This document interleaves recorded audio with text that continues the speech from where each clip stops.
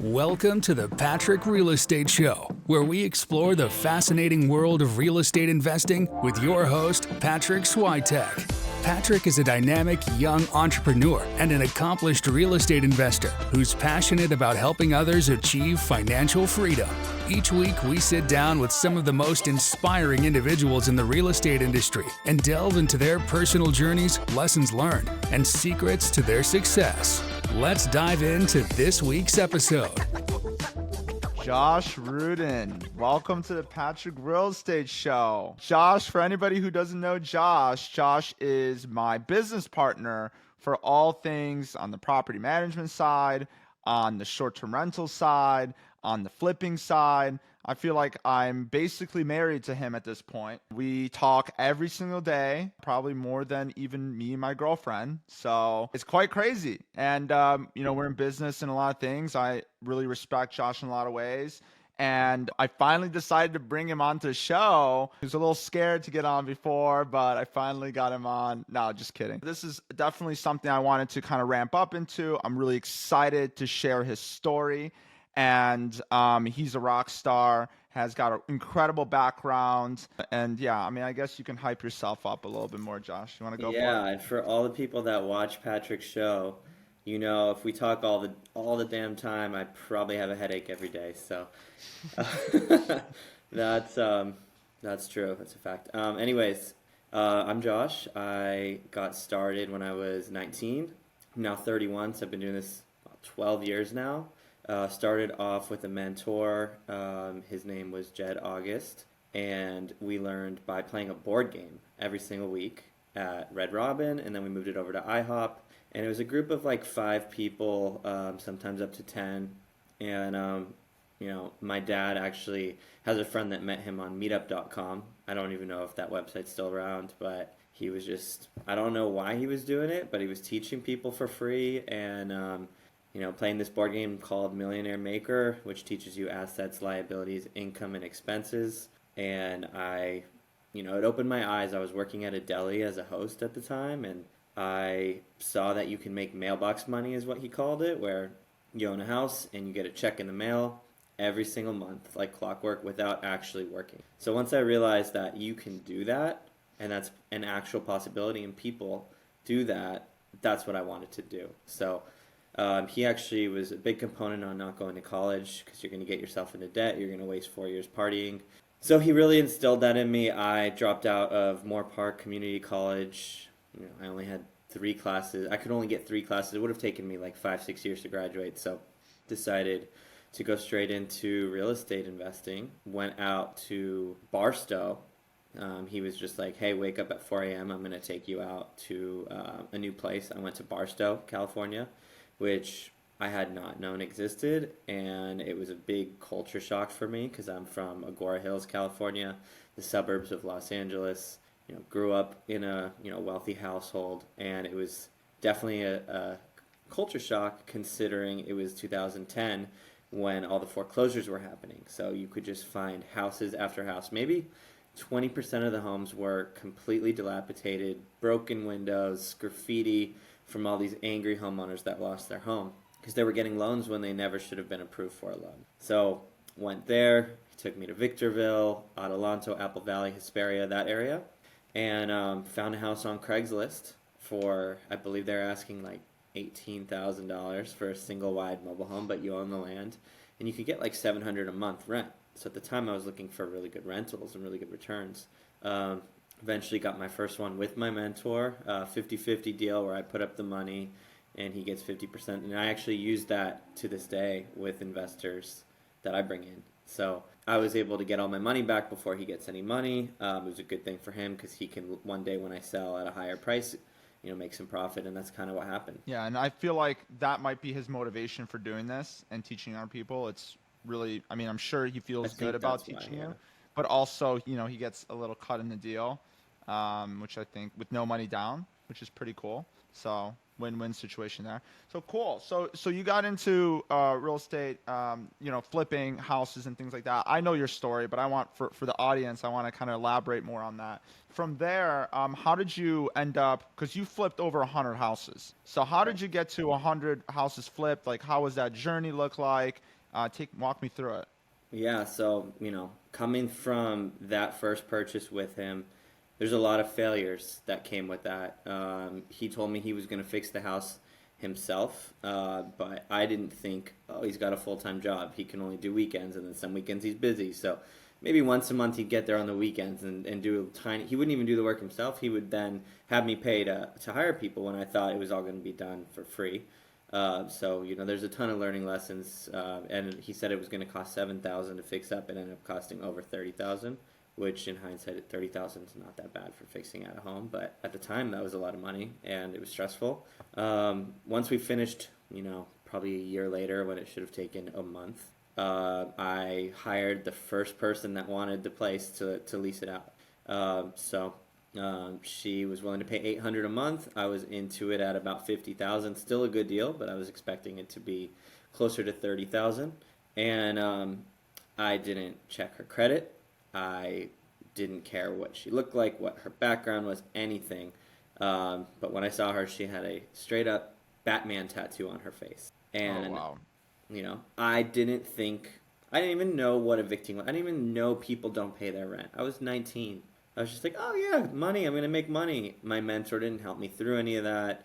After a few months of being too nice and saying, okay, pay me next month, I finally realized with the advice of family and friends, this girl's not paying you. So I had to evict her.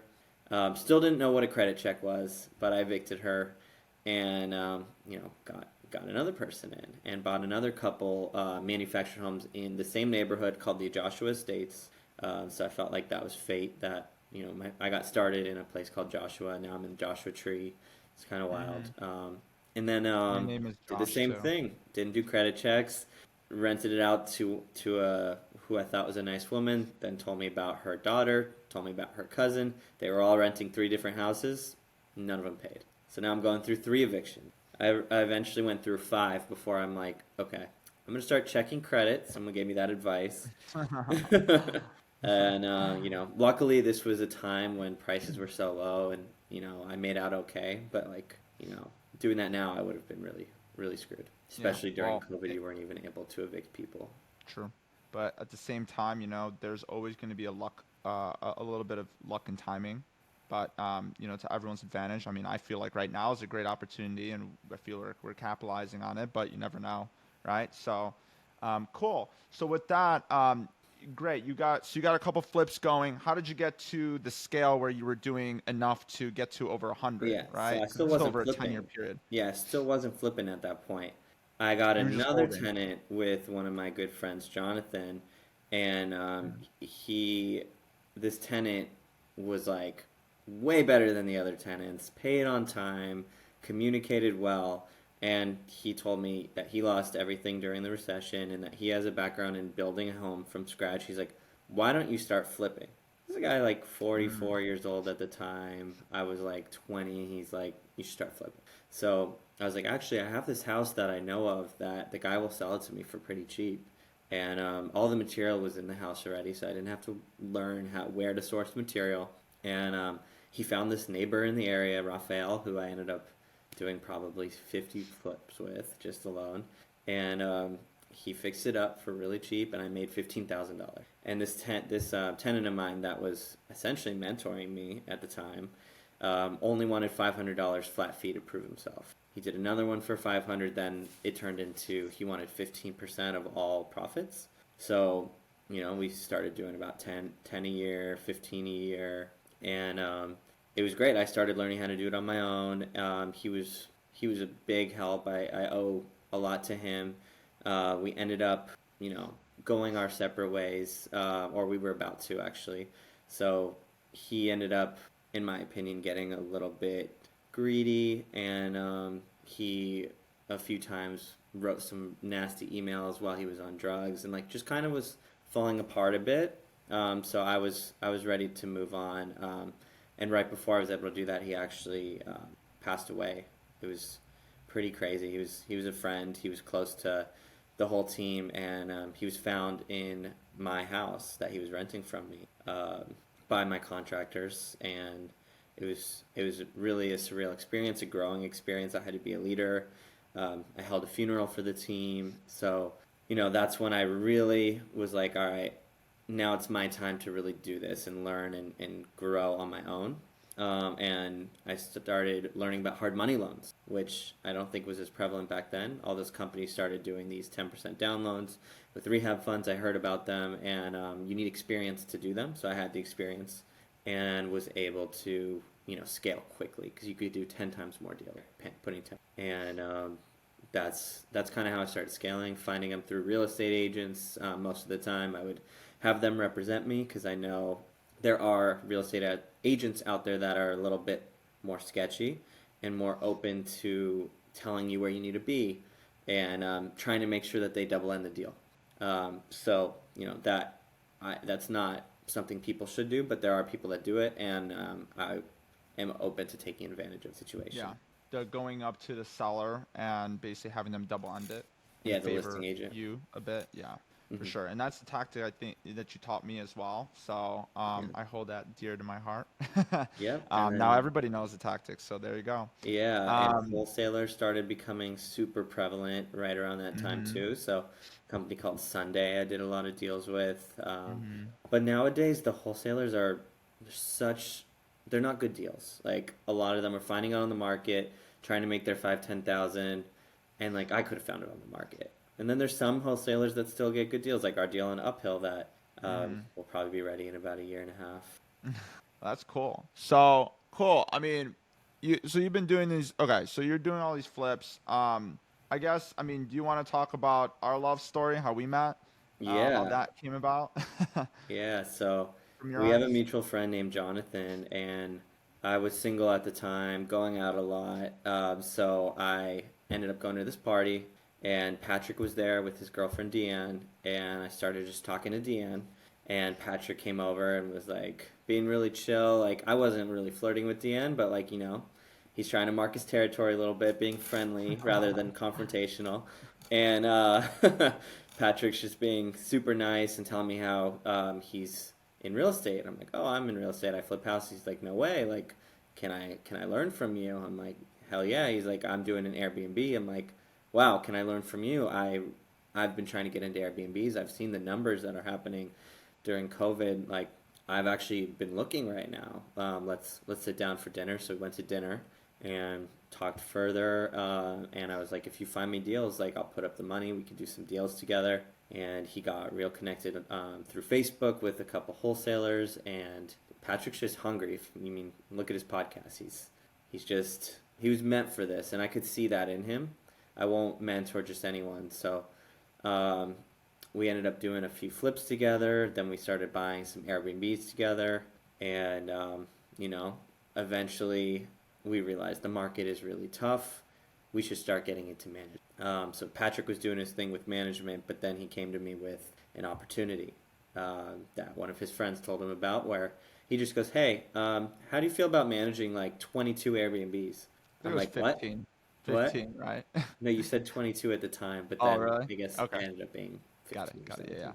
Yeah. I'm like, all right, let's do this.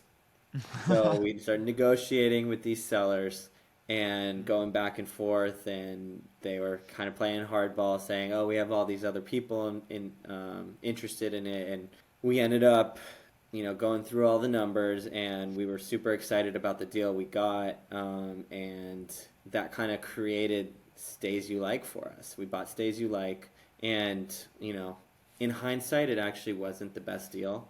However, it brought Patryk and I together to form something incredible.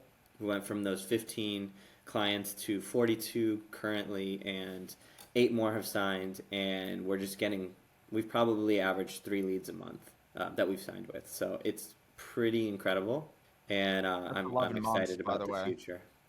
It's 11 months. You know In that, 11 right? months. Yeah. As of today, the recording. Yeah, I mean, we're meeting with, So. we have celebrity clients, like you would have And never you imagined, know, right?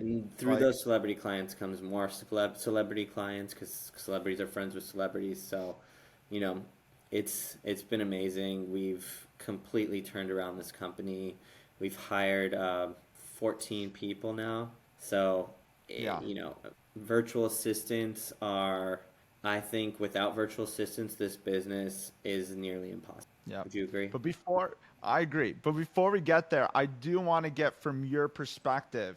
I think what would be really interesting is you are a house flipper, right? You've Right. been house flipping. That's what you've been doing. You got into Airbnb, and the Airbnbs that we did were, taking ugly homes and turning them into beautiful homes, and then making them into, refinancing, and then kind of burster. That's the burster we call it. Right. But now you're thinking about management. What was the push towards Airbnb and management in the first place? Why transition from flipping, where you're making really great money flipping, into something like management and Airbnbs? Like, walk me through that. Yeah, I think with anything, timing is super important, and I didn't feel it was the time to flip anymore. I saw a lot of people losing money. Um, Houses were sitting on the market for a long time as rates were going up, and I felt like it was foolish to continue to flip and potentially lose my wealth when I can manage for others, have no risk except for paying employees and a small upfront costs.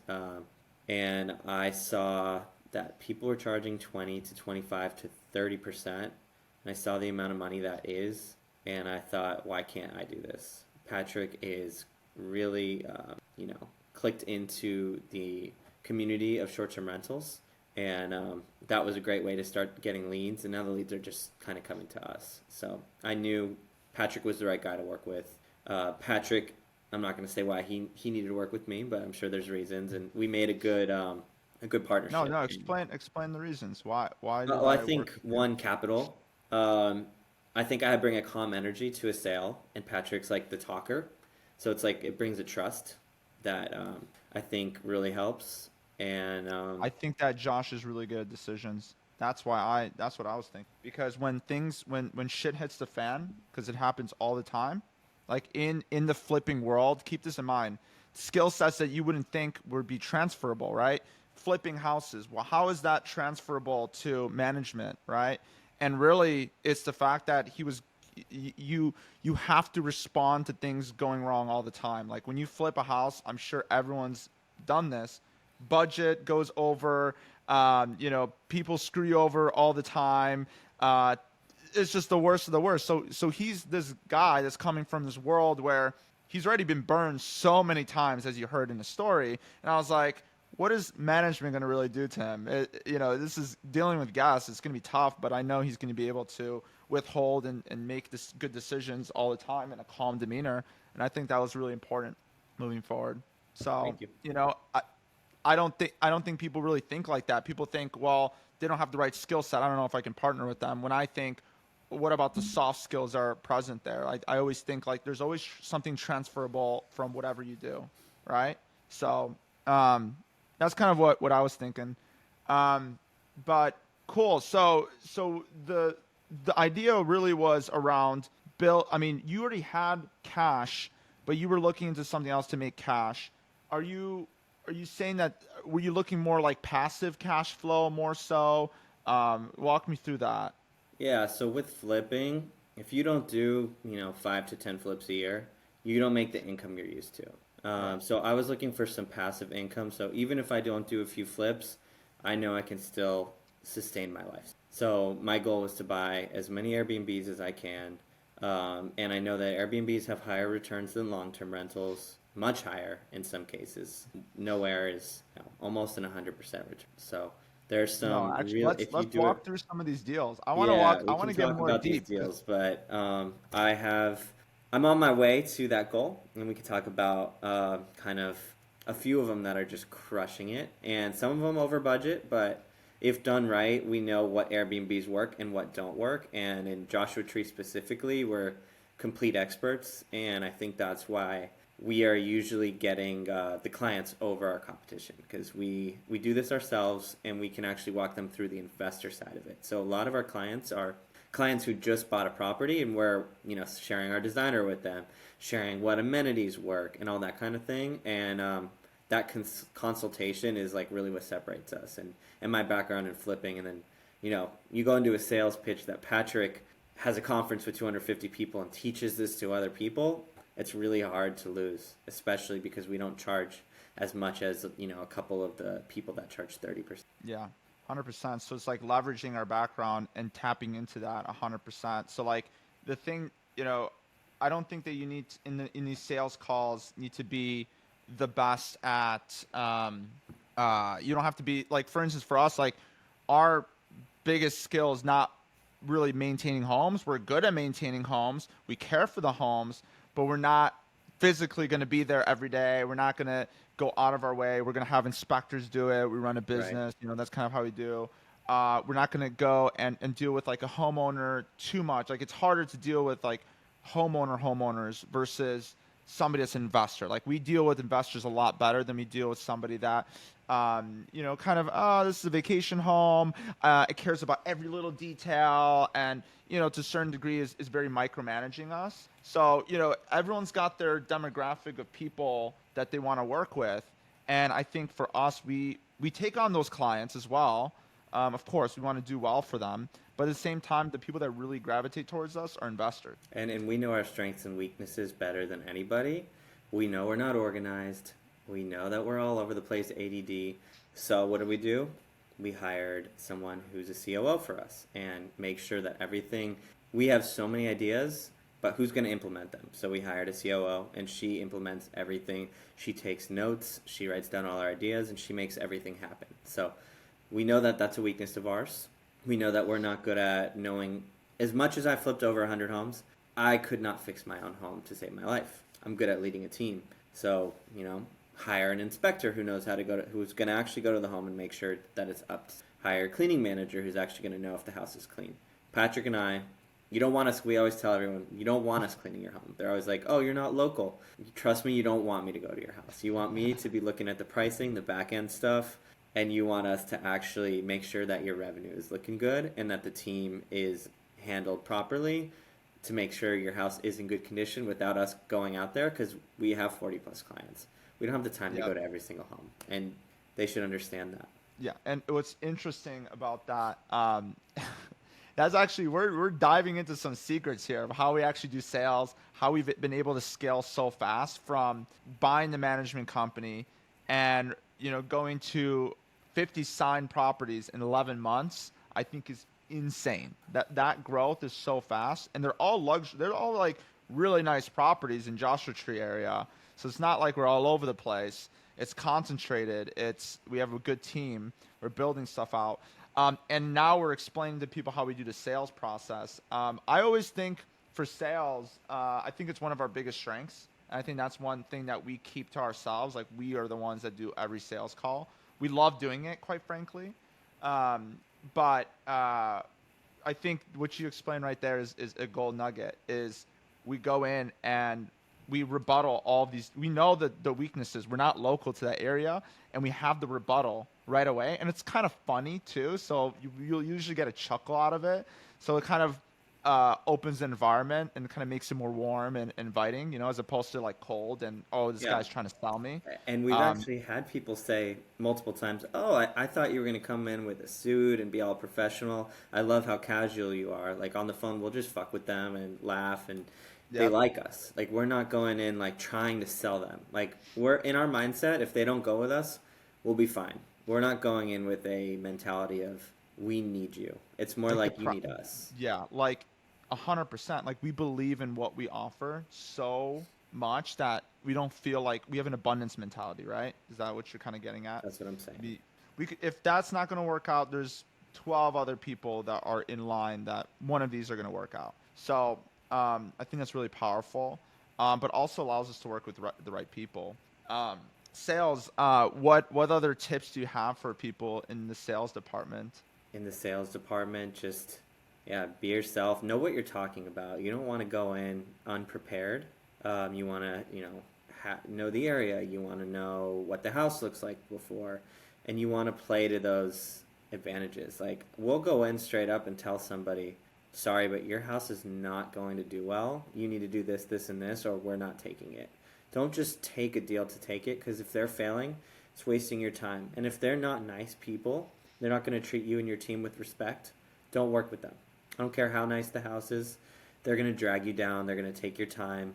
It's just not worth it. But I mean, I think we've already said why we think we get these is we have the background to support it. We're very casual, very chill, and we also don't charge top dollar. We're right in the middle. Yeah, which is kind of where I want to be. I don't want to be charging nothing as well. Like some people will try to get us down to like 10%. We're not going to take it. No. 15. No. Unless it's incredible or they give us a bunch of new builds. Yeah, like gonna transform our portfolio, gonna give us more opportunities down the line, but very, very rare. Usually we'll take it at the 20%, 25%. 25% is our average. We have a good amount on 30. So I think, but that's the thing is like we put in so much. We have so many expenses across the line to support the house to ensure that it does the best possible out of any house. So it's a luxury-esque service, so that's why we demand that. But let's talk about bad clients. I know me and you had some pretty bad clients, and we always battled with the understanding of like, wow, we need this money. It's great money versus this person showed their true colors and we thought they were going to be good, but they're very hard to deal with. How do you balance? Well, towards the beginning, it's hard to just be like, sorry, you can go, because we're building a business. We need the income to pay the employees. So we'll put up with more at the beginning. But eventually, once we start really growing, we're making some good net profit, we're not going to put up with it anymore. And we've had a client that got mad at us because the guest took the key and left it in the middle of Joshua Tree National Park and thought that we need to replace the key because someone could find that key in the middle of Joshua Tree National Park and then find her house and break in. These are the type of clients you don't want to deal with. Someone that neurotic, someone that'll go in the house and find dust, and anytime a guest complains about anything, there's some tough guests that expect perfection, and if they find like some dust under the bed, they're going to complain about it and try to get a refund. If your client goes straight over to you and starts yelling at you for doing a bad job, that's not a client you want. You want a client that's going to be understanding of, this is how Airbnb is. It's not easy. Cleaners are not perfect. You're going to, do the best to your ability to make sure they're the best. But at the end of the day, it's not our fault that the cleaner did bad. It's our fault if we don't fire that cleaner or retrain that cleaner or suspend that cleaner or, maybe put up some money to take care of that. But at the end of the day, these clients have to be understanding that this is not easy and that this is probably one of the hardest industries, considering it's 911. And you're always on call, right? So like the meticulous clients that want to just keep calling you every day, every time there's an issue, let's do another call. We don't have time for that. We just don't. We have some right now, actually. It's funny we do. enough. We're not going to name them, but we do. We do. And there's clients that have all 5 stars, but will complain that our cleaning is not good enough when they show up to the house. It's like, well, the guests say it's a good cleaning. We have only 5 stars to show you that. What's the problem here? Yeah, and I think a lot of these owners don't realize that they can be fired too.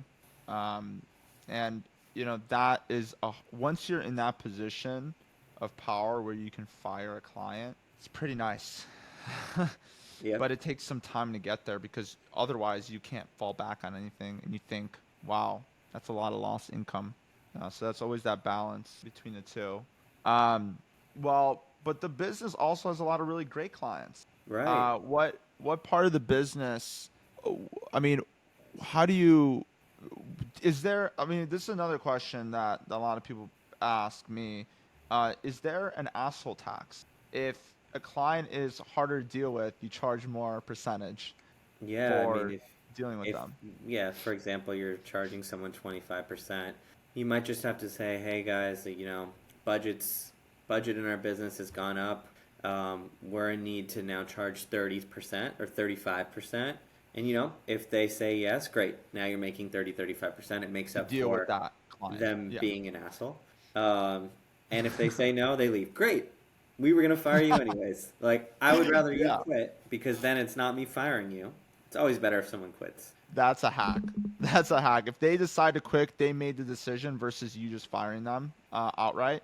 So you just force the hand by saying, oh, we're raising prices, and if you don't like it, you can leave. And if they say yes, then you get to have more money. So that's great. With that, let's talk about the business. And you said it was a hard business. And it's, why would you be in such a hard business? Like, don't you want your freedom in your life? How do you establish that kind of freedom?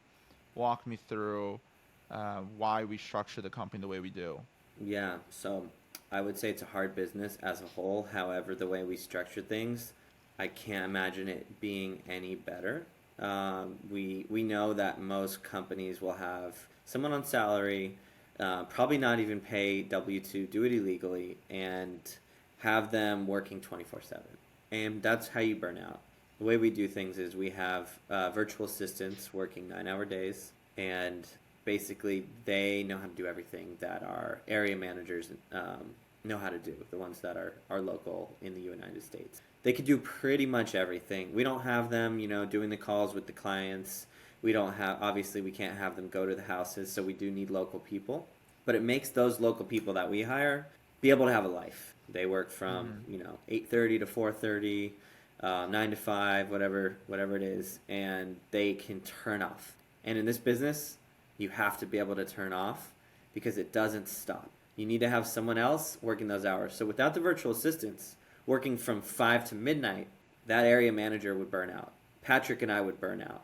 But the way we handle things, I can't imagine a different way. I just can't. You can't be in a business where you have to answer the phone from a guest at 8 p.m. or talk to an angry client at 8 p.m. You got to set boundaries, and you got to make sure business is running smoothly. As we said earlier, we have the missing piece, which was the COO. Patryk and I are more of the same. We're both Mavericks. We're both COO type people. You would not want to hire us to work for you. We would not listen to you. We need to be in charge. That's just who we are. And we know that. And that's why I wasn't good in school. Patryk wasn't until he went to college. And he wasn't good at jobs. As if you listen to Patryk, he's been fired from 3 or 4 jobs. It's just not. Thank you, Josh. You've made a reel about it. Just stab me. Just post it. Yeah. So Patryk, I'd fire you in a second. Oh, and also, by the way, while we're throwing each other under the bus, Josh never finished college. Boom. I said that already. Thanks for repeating. Whatever. I'm actually proud of that, because I made a tough decision to leave what everyone else in society is told to do. I knew it wasn't good for me. I knew it was going to help me in my career, and I left. And I didn't get into debt. I'm proud of that decision. I agree. I think in this time, it's hard. At the time, probably people judged you hard for it. For sure. But now you're proud of it. I'm sure now that you're on the up and up, for sure. But I feel like people will always judge. So that's just the nature of the world. But cool. So we're doing more visionary things. We hired a COO. Let's break that down a little bit more with the VAs too. The VAs, what are they doing? What are these VAs doing? What are they responsible for?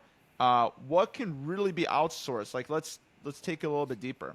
Yeah. So I think most people think that all these VAs do is guest communication, and we realized pretty quickly that these VAs deal with the guests, of course, deal with the owners, which is one of the biggest things, because the owners are asking questions that you could just look up in our database and give them the answer. Patryk and I can't respond to 42 owners at all. They deal with all that, all the tech stuff. They know how to do pricing. They know how to onboard the listing. They are very techy and organized, so everything that happens, they'll update Monday.com. Anything you need, Reviews. They'll do it. They'll make appointments for you. They can make spreadsheets. Like Patryk the other day was like, hey, find out which days the most people check in. We got a spreadsheet within hours. Like, they are extremely, extremely helpful, and they are less than 25% as somebody in the US. So you can have 4 people with, in my opinion, the It's same skill honestly sets, even cheaper. It's even sometimes cheaper better because skill sets yeah, for cheaper.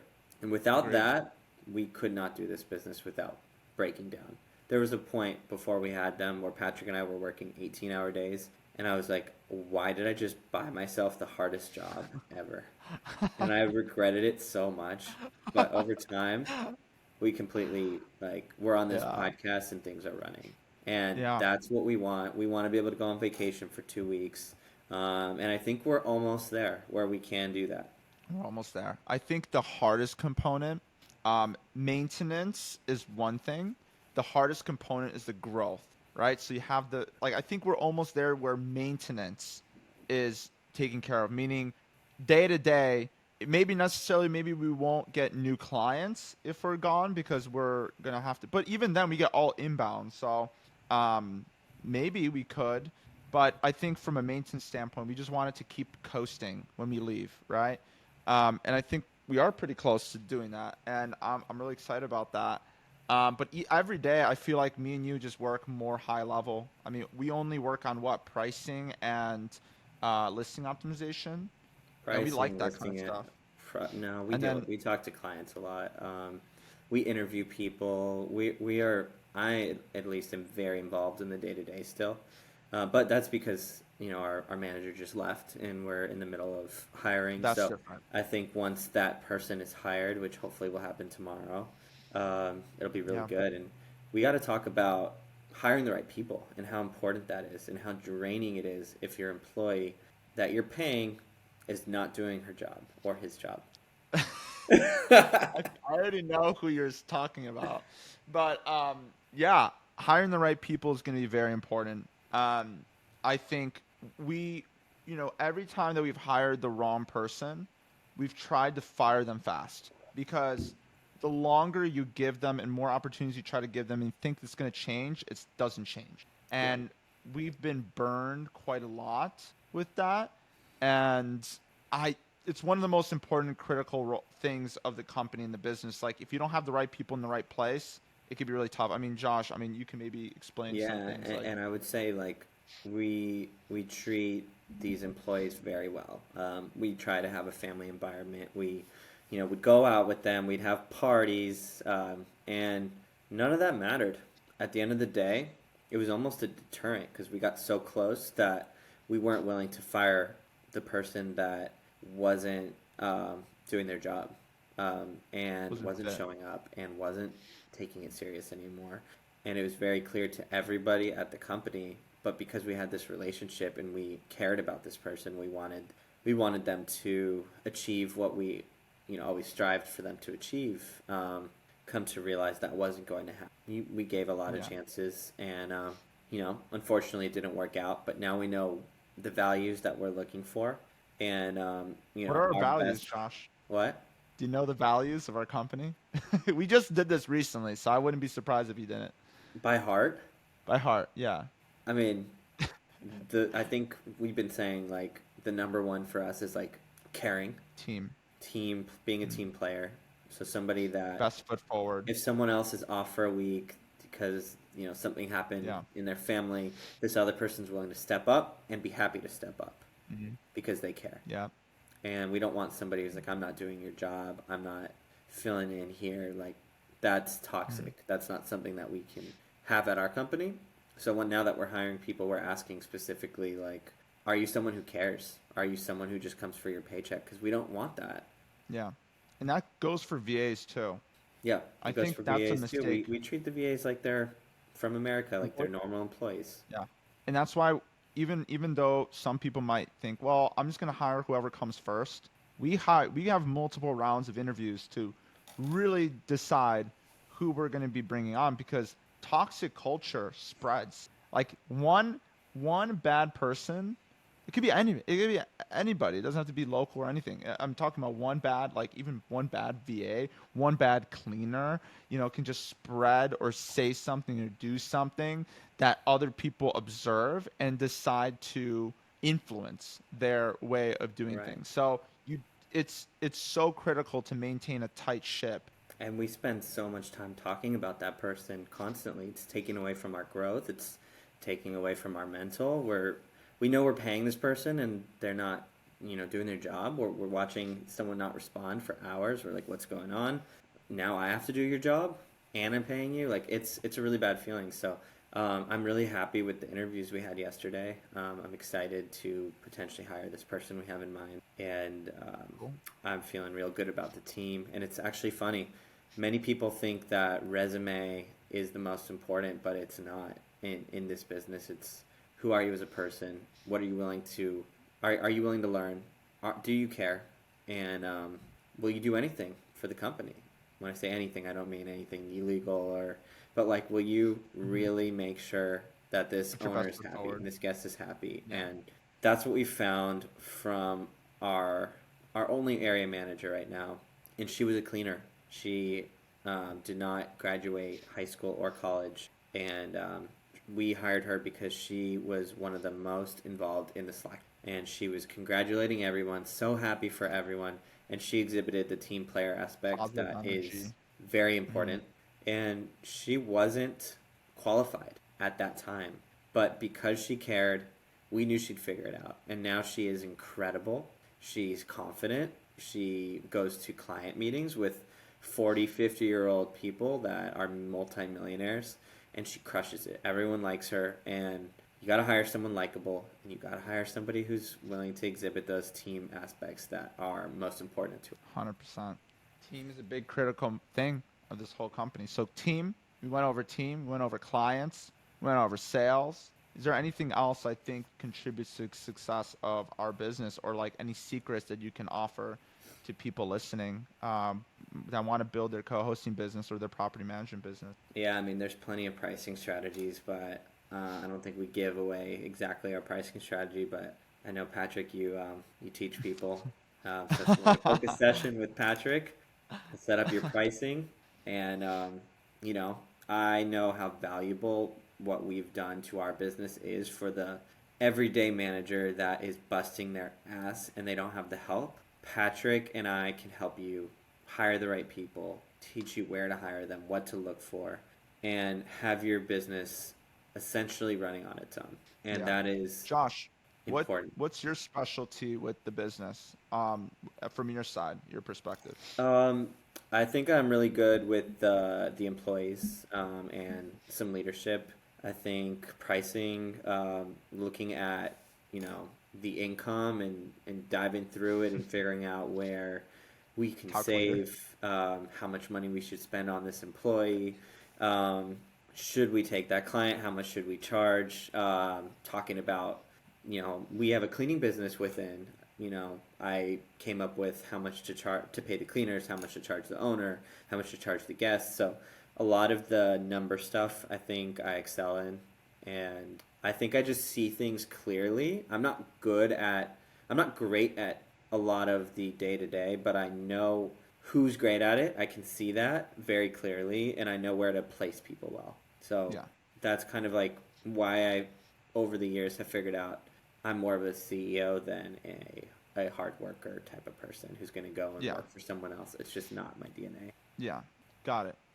For people that need help with their business, where do you think you can help the most? Like if somebody asks a question, what do you think your area of expertise would be for them? Like pricing? Pricing, I think I understand the entire business now, though. So pretty Yeah. much anything. I haven't like taught one-on-ones. I'm open to it. Usually Patrick helps me with the tech stuff, so if you want to help me make a calendar or whatever, I'm Yeah. happy to do that. Yeah. And I'm happy to give my time to people. I never charged Patrick. I'm never really charged people much, but I think now that I'm extremely busy, I'm gonna have to. It's just the reality. But I you would be can't open to even talking to have people time to about, family and friends. And right, 100%. But you'd be open to helping other people in their 100%. property management Yeah, companies. yeah. Cool. As long as they're Cool. And I think, willing to learn like you were. right. So as long as they seem like there's somebody that's willing to learn, willing to grow, you would be able to like mentor them through and help them 100%. with their journey. 100%. Cool. You did that for me, so look where I'm at now. So there's a testament to that.